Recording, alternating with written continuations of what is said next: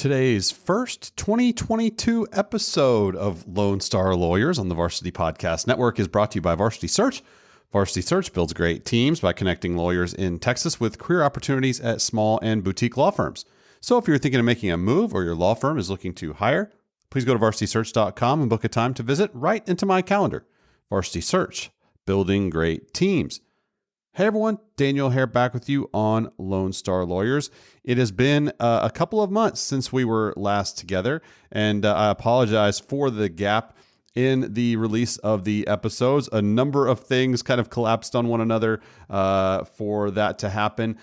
We do intend to have episodes as we move forward here. They may not all be every week, but we definitely intend to move forward and keep going with the podcast. So definitely want to let you know that we are not stopping, but they also may not be as frequent as they have been over the last couple of years. I will also let you know that we did record just today, and I'm speaking now on February 18th, a new movie verdicts episode where we dive into Aaron Brockovich. And so we have a lot of fun with that one. It will be out soon, so watch your feed for that. Also, before we get started here, there are a number of job opportunities all over the state of Texas in a lot of different practice areas. Not uncommon at the first of the year for that to be the case. But if you are thinking about maybe making a move, there is probably something out there that I know of right now that could be a potential fit for you. Or if not, if none of those are a fit for what you're looking for, I would love to be on the hunt for you and find that position and that opportunity to try to help you. So I'm excited to be back with you. And right now, let's turn to our guest. And we're going to be here in Waco, my hometown, where our guest is Dave Deaconson. And Dave is a shareholder and litigator with Pacus, Giotis, Page, and Burleson. He actually got his start as a prosecutor in the McLennan County DA's office before making the switch to civil litigation. And over the course of his career, has tried over 200 jury trials in a variety of different underlying practice areas. More recently, Dave has taken on more intellectual property litigation cases, as Waco has become a hotbed for those cases here in recent years. Dave is also an adjunct professor at Baylor Law School and a mock trial coach. He has served on numerous boards throughout his career and is currently serving on the Texas Sports Hall of Fame board, which is located here in Waco, as well as the Midway ISD Education Foundation, both organizations of which he previously served as president. All right, with that, let's hop into our conversation with Dave Deaconson on today's Monday Mentors episode of Lone Star Lawyers.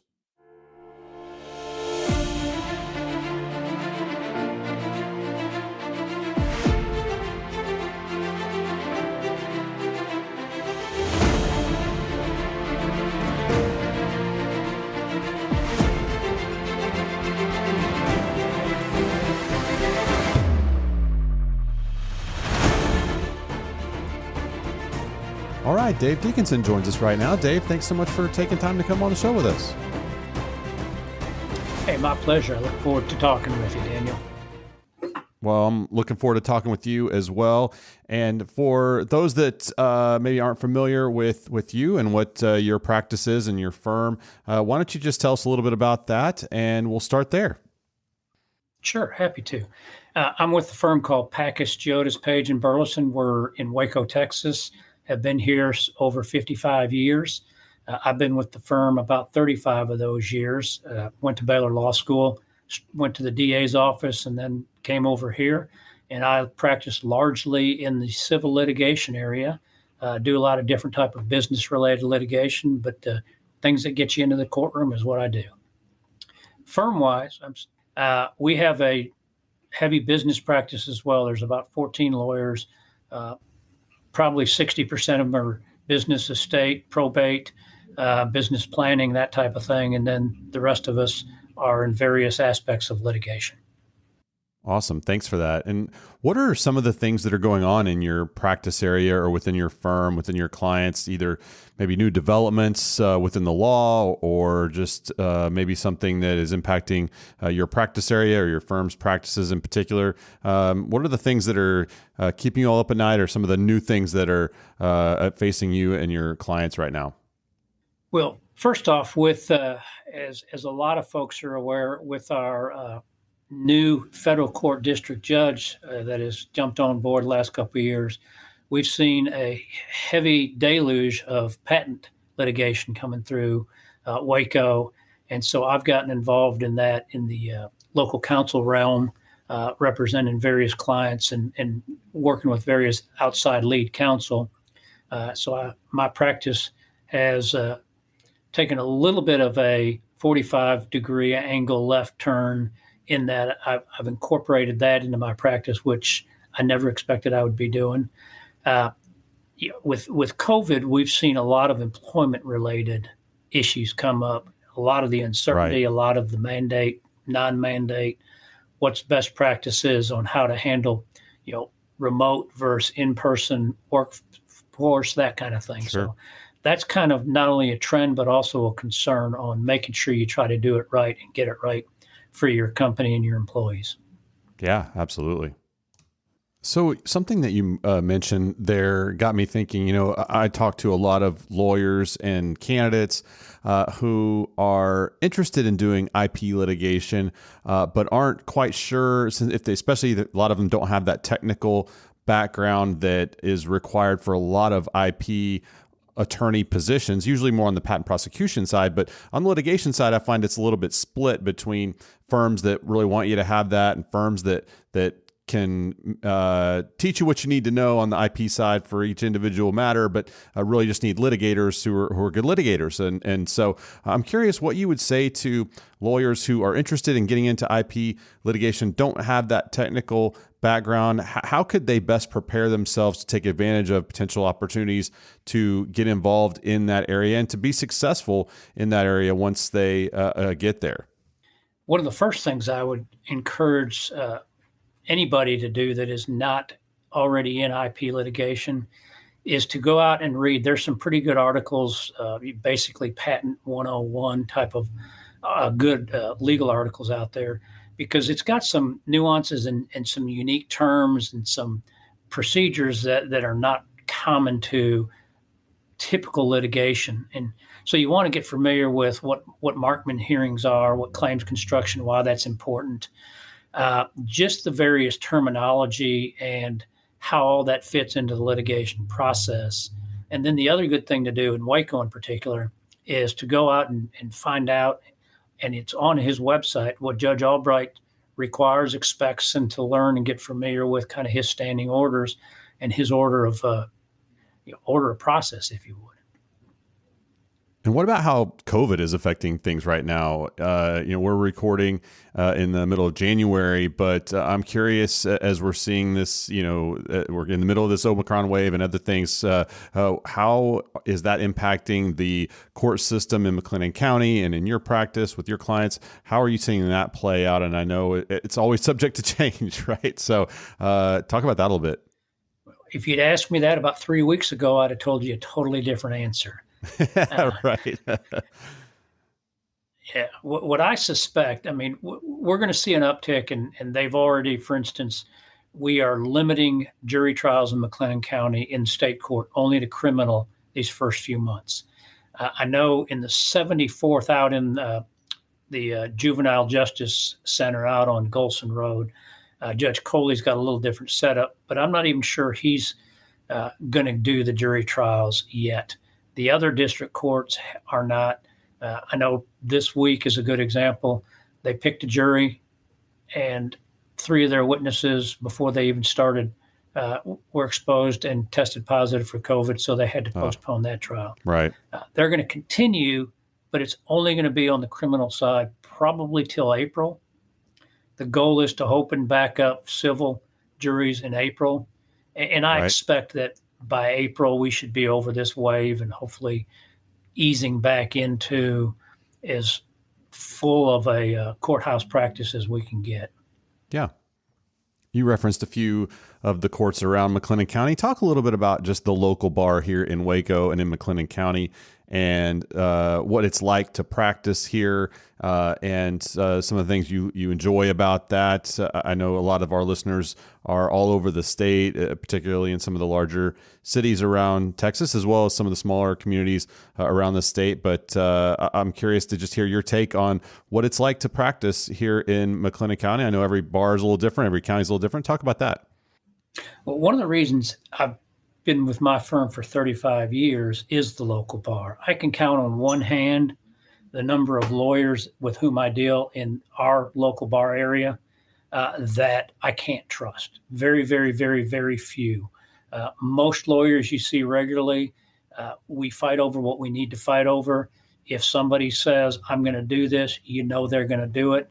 You know the judges, our judges try to be efficient, try to be even-handed, and really run a good courthouse and a good courtroom. And so Right. the practice of law here, even in an adversarial setting, is really what we kind of all would have wanted it to be. And that is, we fight in the courtroom, we fight over what we need to fight over. Outside the courtroom, we can be on the same boards, we can be friends, we can play on the same teams, our kids go to school together, and it doesn't spill over. And that really makes the practice of law a lot more enjoyable. Absolutely. Absolutely. That's great. Well, switching gears a little bit, I want to ask you, if you were to look back on those first few years of practice, what's something that stands out to you as something that you learned in those first few years about being a lawyer that has stuck with you and is still part of how you practice law today? Interesting, a couple of things. You had sent me kind of some precursors just to be thinking, and that kind of prompted me to start thinking. One of the things I look back on, and I tell all my mock trial law students that I work with and the other PC students that I work with, that I thought it was told to me by a veteran prosecutor who was a career prosecutor that kind of took me under his wing my first year there. And that is, if you're in a firm setting, number one, be willing and let everybody know you're willing to work and you're not afraid to take on the tough things. Seek it out. And then the second thing is make sure that they also know you're not afraid to go in the courtroom. Right. If you're going to be a trial lawyer, both the folks you work with and the folks you're going against need to know you're not afraid to go in the courtroom. And I'll tell you a quick story if I could. Yeah. A long-time trial lawyer that everybody that practiced in McLennan County for the last 30 years knew and respected greatly, Jerry Campbell. Sure. Yeah. Would call me up if I was on the trial docket, if he was behind me, and he would call me up and say, are you going to trial? And I'd say, I'm number two. I may not be number one, but I'm ready. And the first time I ever asked him why he was calling me out of, in particular, and he said, because I know you'll go to trial. And I'm looking for lawyers, and I can tell you the lawyers on this list that aren't going to go to trial, and you're going to go to trial if you have the opportunity. And that's a reputation that if you want to be in the courtroom, that you want to try to get. And you do that by be willing to take the tough things early on in your career, take the JP things to hone your experience. The more you're in front of a jury and the more you're in front of judges, the more comfortable you feel and the better equipped you become. Sure. Something that you referenced it, but I should have mentioned both in your as we kind of got started here and earlier is your transition from being a prosecutor to the civil side of the litigation dockets. And I just wonder how you look back on that transition and how being a prosecutor and getting those early trials under your belt did help you to put yourself in the position like you were just describing, where you were confident and ready to take on trials, be willing to go to trial, or maybe other things that you learned as a prosecutor that has helped you as you've transitioned from that side over to being a civil litigator. Talk about that transition a little bit and some of those pieces that as a prosecutor you learned. Well, one of the things that really helped me when I jumped from being a prosecutor over to civil litigation was the fact that I took a case from literally when it came in the door, decided whether it would be charged, how it would be charged, worked it up, tried it, dealt with the witnesses, And an interesting thing that I think's an advantage if you're ultimately going to become a civil trial lawyer is you don't get to do discovery on the prosecutor side. You have to give Right. everything you have to the defense lawyer, Right. but the reciprocal aspect isn't there. And so you've really got to learn how to cross, how to expect, and put your case together in a thematic, coherent way. Yep. Without the knowledge of exactly what the defense is going to do. Sure. So that's a helpful thing to learn. Sure. Absolutely. Go ahead. I was going to say one of the things that I had to relearn, which I'm still having to relearn, and I'm not sure there's a trial lawyer that's going to disagree with me on this, is I had to relearn that in civil trial, you do have a lot of discovery, and you can do a lot of discovery. And so the paper discovery and the depositions are necessary evils. And after my time in the DA's office, I kind of had to relearn the civil discovery rules and etiquette Right. and what you needed to do. Not hard, fortunately. If you've gone to Baylor Law and you've got that background, Well, of something course. you need to remember. And thinking about some of the young lawyers that you've worked with over the years, what's something, or what are one or two things that young lawyers can do to stand out in their firm, stand out to you in a positive way, make a good impression, let you know that they are on the right track? What's something that stands out in that area? One of the things, and it was interesting, I was talking to one of our brand new partners who was an associate up until November the 1st. And one of the things that stood out from the get-go to me with him is how organized and how proactive he was. If he was working on a case with me, he was the one that was coming in and saying, we have a deadline in a week. We have to get this done. What do I need to be doing to make sure? He was, I was very comfortable with him on every case that we were going to be, not missing a deadline. We were going to be well in advance of deadlines because he was very proactive. And I encourage, and whenever I talk to students or associates or prospective associates, one of the things I say is be proactive. A partner or a senior associate is not going to be offended if you are willing to do more than you're supposed to do. Right. They don't want somebody that has to be prodded and requested and forced to work. Yeah. What about on the opposite side of the ledger? What are a couple of things maybe that young lawyers do that are either red flags or just something that needs to be corrected, or something that needs to be noticed and taken care of at an early stage so that it doesn't become a habit? What are some things there that as partners, as a partner in a firm, that as you're observing and evaluating young lawyers, that you're on the lookout for, that maybe some folks listening here could get a head start on and recognizing themselves maybe as they are embarking on their careers? One of the things that I have seen, fortunately not often with associates, but I have seen it, that's been a red flag, is kind of the opposite of what you and I just talked about. And that is, I'll go to an associate if I'm working with them and I'll say, where are we on our discovery and what are our deadlines? And they'll get that deer in the headlights look like, you should have warned me you're going to ask that question. I got to go figure this out. Have we sent this discovery out yet? And they don't know. Big red flag to me. Big red flag. Sure.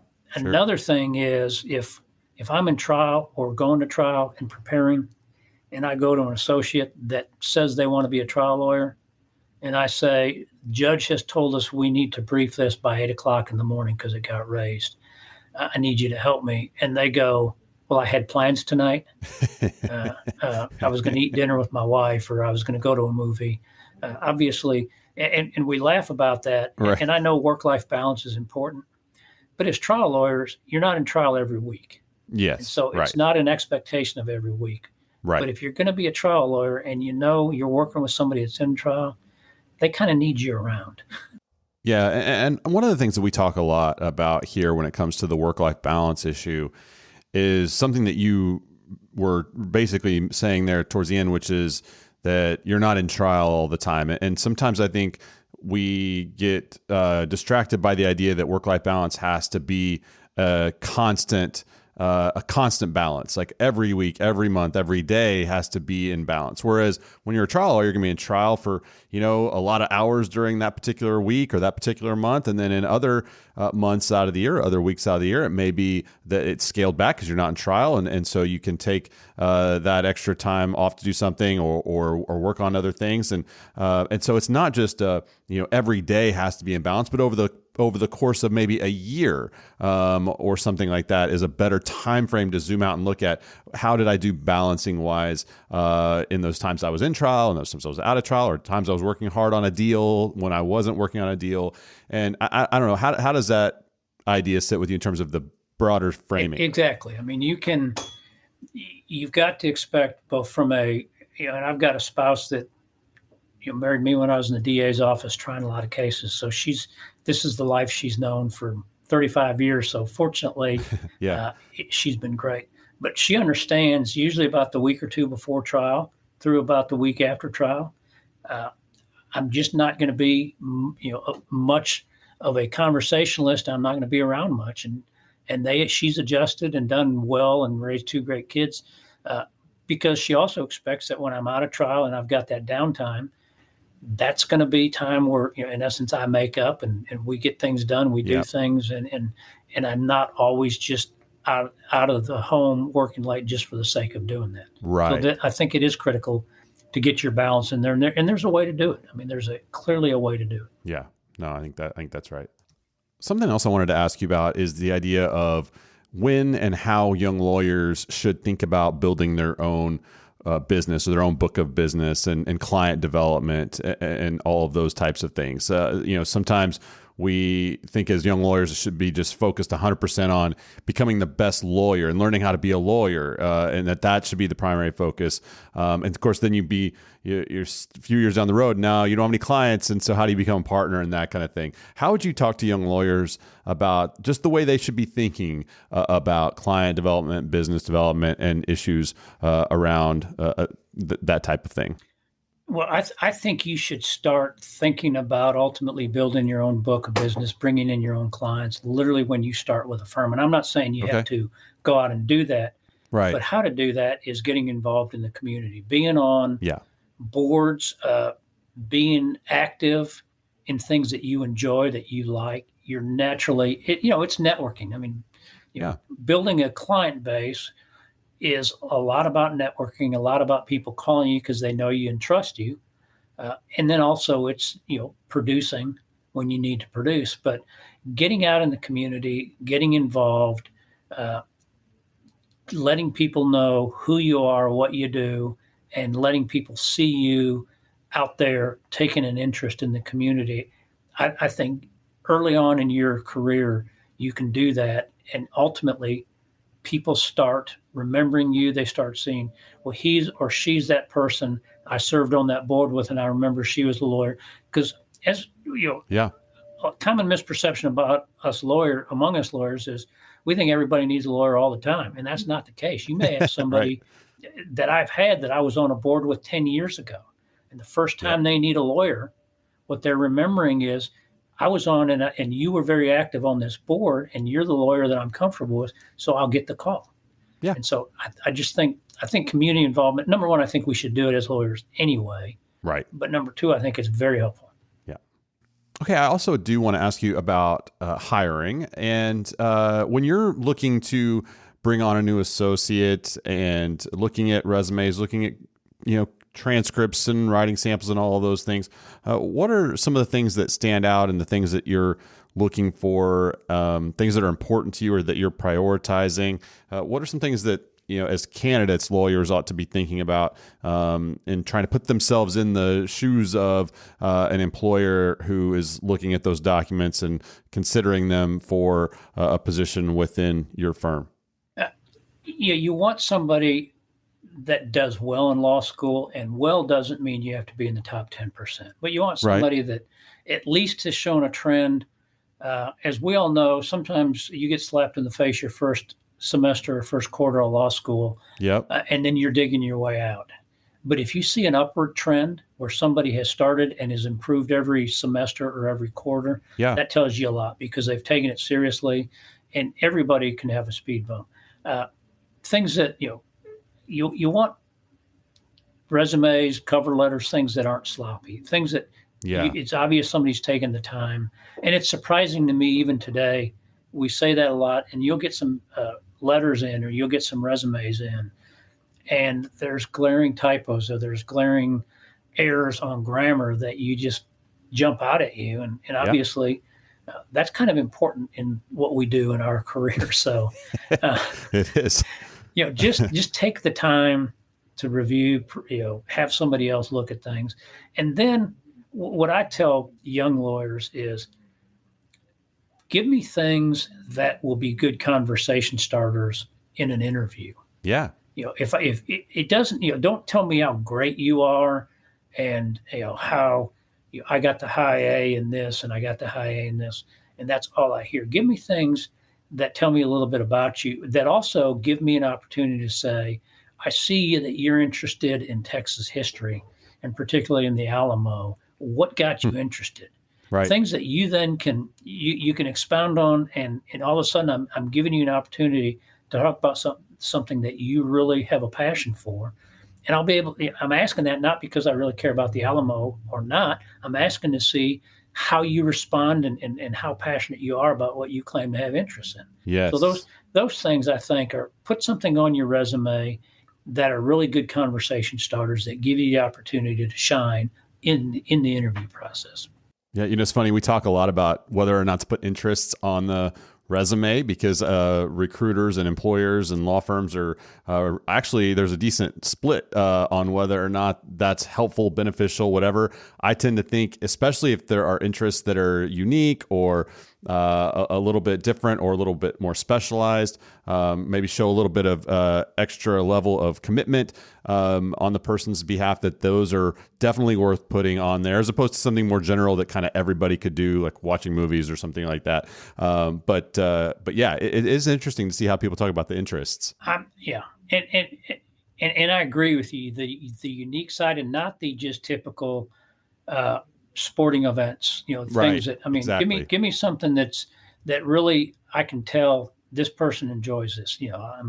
Historical biographies, even, just some things that tell, all right, this person, cooking.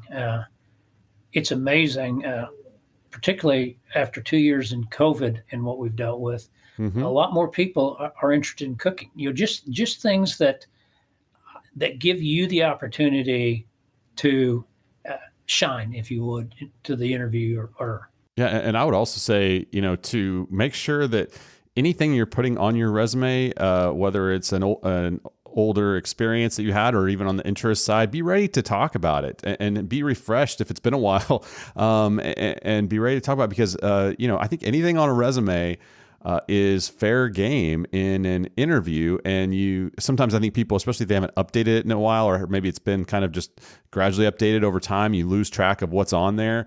And sometimes people can get caught flat-footed when asked about something that's on the resume. And before you go send out your resume, review it again, because if I send it to you and then 30 days from now you and I are going to be in an interview, I need to expect that you're going to actually ask me stuff about it. Yeah. And I need to be ready to respond and not flounder around and remember, I can't remember what I put on there. Exactly. So just kind of prepare. Yeah. And then just to follow up on that piece about the errors, the typos, the grammatical mistakes, that type of thing, it is amazing how often I will see those. And, fortunately, when I'm working with a candidate, and I see those, we can get those fixed and everything before they wind up going to an employer. But nevertheless, I am seeing a number of those. And I know that there are firms and employers that will immediately just toss out resumes or candidates really that have typos or grammatical mistakes or formatting errors in their documents, resumes, cover letters, whatever it might be. And so it is really important to lock that down and to make sure that everything is buttoned up, because after all, you're applying to be a lawyer, and we have a level of expectation with the detail that needs to be accurate and needs to be right. Yeah. And if you're one of three people that they're interviewing that they're seriously considering, they're looking for the things that set one person apart even slightly over the others. And if one of them has a resume that's sloppy, that's gonna hurt them, even if if everything else in their life is not that way. Right. We talked a lot about documents. What about the interview setting? What are a couple of things maybe that you're looking for there, or things that stand out to you in an interview that a candidate may or may not do or say that is either a positive for you, is something that you're interested in, looking for, or something that maybe is a negative? What about in the interview setting? The ones that literally, we all have those tough interviews where the interviewer just sits there and waits because they don't have their set of questions, or their answers are one or two word, and you're just fighting to draw out responses from them, versus those that have done their homework, even if it is. And I've had some interviewees that I was impressed with that had done their background check on us, and so when they saw me, or they knew I was going to be an interviewer, they read my bio. And so if there was even a potential lull, they would ask me, you were in the DA's office. Why did you go to the DA's office? And so you could tell they'd done their homework. Plus, it sure does make an interview a whole lot easier and more comfortable for everybody if there's not all that awkward silence, because you have to fight to get them to talk. Right. Yeah, absolutely. As we're about to wrap up here, is there anything that I haven't asked you about yet that you would want to share with the young lawyers in the audience, or maybe something that we touched on briefly that you would want to maybe go a little deeper on, or anything at all like that? Anything come to mind? One thing, when we were talking about more lateral hires, that obviously for a town like Waco, similar towns like Waco, a lateral hire, somebody coming from Dallas, Houston, those types of things, we look for, and not as much with brand new lawyers, but really with 3, 4, 5-year lawyers that are making the lateral hire. I want them to be committed to the community that they're potentially coming to. I don't want them to waste their time, and I really don't want to waste my time with somebody that's just looking for a stepping stone at that point. That, all right, I want to move on so I can put this on my resume, and then I'll go to Waco. But if I can go somewhere else to Austin in 2 years, I'm going to do that. Because law firms invest in their associates. They invest a lot of time and effort and money in their associates. And be honest. Tell us up front if this is long term, and nobody's going to require you to sign a contract that says you have to be here for 20 years or we're not going to hire you. But it's the commitment to the community when you're at that stage in your career. You need to really think long and hard about it, not just make it like your first job. Sure. Yeah, no, that makes a lot of sense. All right. Well, we are towards the end of our time here, so we're going to do our rapid fire questions to close our time. Just one word or one phrase answers. So if you are ready, we'll hop into those. I'm ready when you are. All right. Name the one trait or characteristic you most want to see in an associate. Passion. Awesome. What habit has been key to your success? Preparation, reading. Yeah. Being willing to read the same thing multiple times to pick up. Sure. There you go. Your favorite app or productivity tool? Gosh, that's a tough one, because the litigation package for the iPad, and I'm just drawing a blank on what it is. The Sure. suite. I've got it and I use it, and I just can't tell you that. Awesome. Yeah, no, I think there were quite a few people that use, I'm sure, right. the one that you're talking about. All right. What would you put on the, what would you list first? I'm sorry, on the interest section of your resume? I would probably list first. Gosh, it's changed a little bit, but I am an avid reader, a very avid reader. And so I would probably list first reading, and then Scotland. I've gotten to go to Scotland at the law school multiple times. And that is Scotland's a huge interest of mine. That's awesome. Any recommendations in terms of things to read, or what is it that you tend to like to pick up and read these days? I read primarily fiction because as much as what we have to do in our work, I like it to escape. Right. The I'm drawing a blank on the title, but the last David Baldacci novel that came out in 2021, I really enjoyed that. Yep. And then I read a lot of Harlan Coben as well. Awesome. That's another one. I read Grisham. Yep. I read that type of genre quite a bit. All right. And next, your favorite legal movie. Speaking of Grisham, since we tend to focus on him a lot around here. Can I have two? Sure. My Cousin Vinny and Injustice for All.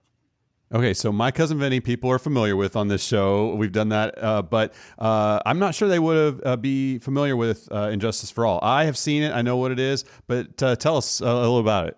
Injustice for All is Al Pacino.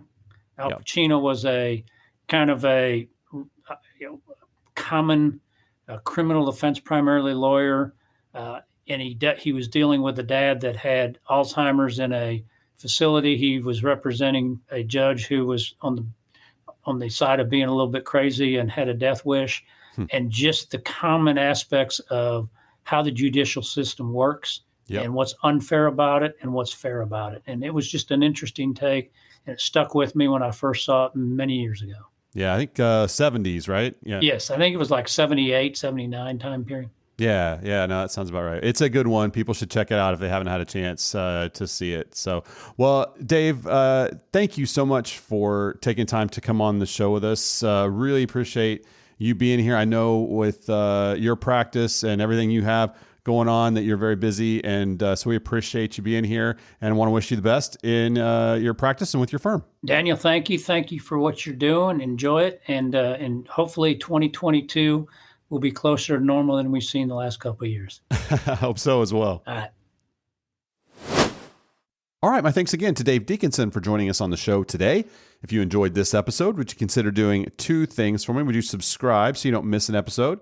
And then would you rate and review the podcast in Apple Podcasts or wherever you listen? And if you have suggestions or thoughts about the show, or I could help you in any way, please email me, daniel@varsitysearch.com. Also, don't forget, if you're interested in looking for a new opportunity, I would love to visit with you. I remind you, there are right now openings that I'm aware of all over the state: Dallas, Austin, San Antonio, Houston. And so happy to touch base with you if there's something I can do to help you. All right, that's it for today's episode of Lone Star Lawyers. Thanks again so much to each of you for listening. I'm Daniel here with Varsity Search, and we'll talk with you next time.